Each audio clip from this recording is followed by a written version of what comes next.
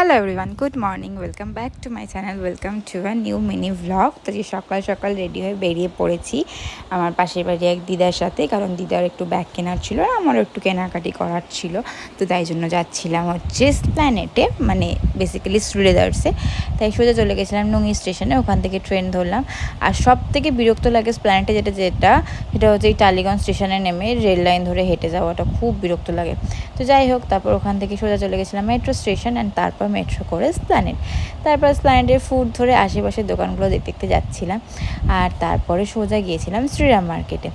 প্ল্যানেটে যাবো, শ্রীরাম মার্কেটে যাবো না এটা আমি ভাবতেই পারি না। তো ওখানে গিয়ে একটুখানি আশপাশটা দেখলাম, আর ওখানে গিয়ে না লেহেঙ্গার কালেকশানগুলো দেখতে খুব ভালো লাগছিলো। আর সাথে সাথে এই পাঞ্জাবি দোকানটা আমি জানি না নতুন হয়েছে নাকি, আমি অনেক দিন পরেই যাচ্ছিলাম।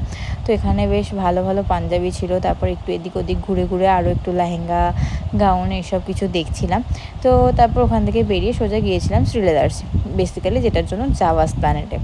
তো ওখান থেকে গেলাম শ্রীলেদার্সে, গিয়ে ওখানে যা যা দেখার ছিল, মানে আমার জুতো আর ব্যাগ দুটোই ভীষণ ভালো লাগে। তো ফার্স্টে চলে গেছিলাম ব্যাগের সেকশনটাতে। তো ওখানে গিয়ে ব্যাগগুলো দেখছিলাম, বেশ ভালো ছিল। এই ব্যাগগুলোর থেকে না যেগুলো একটু হ্যান্ডি ব্যাগ ছিল সেই ব্যাগগুলো বেশি ভালো লাগছিলো। তো ভাবছিলাম একটা কিনবো, তারপর ভাবলাম যে না থাক, দুদিন পরেই কিনবো এইরকম ব্যাগটা। তারপর গেলাম জুতো সেকশনে। তো ওখান থেকে এই ব্রাইডাল কালেকশনের জুতোগুলো দেখছিলাম, বেশ ভালো লাগছিলো, মানে পার্টি ওয়্যার বেসিক্যালি।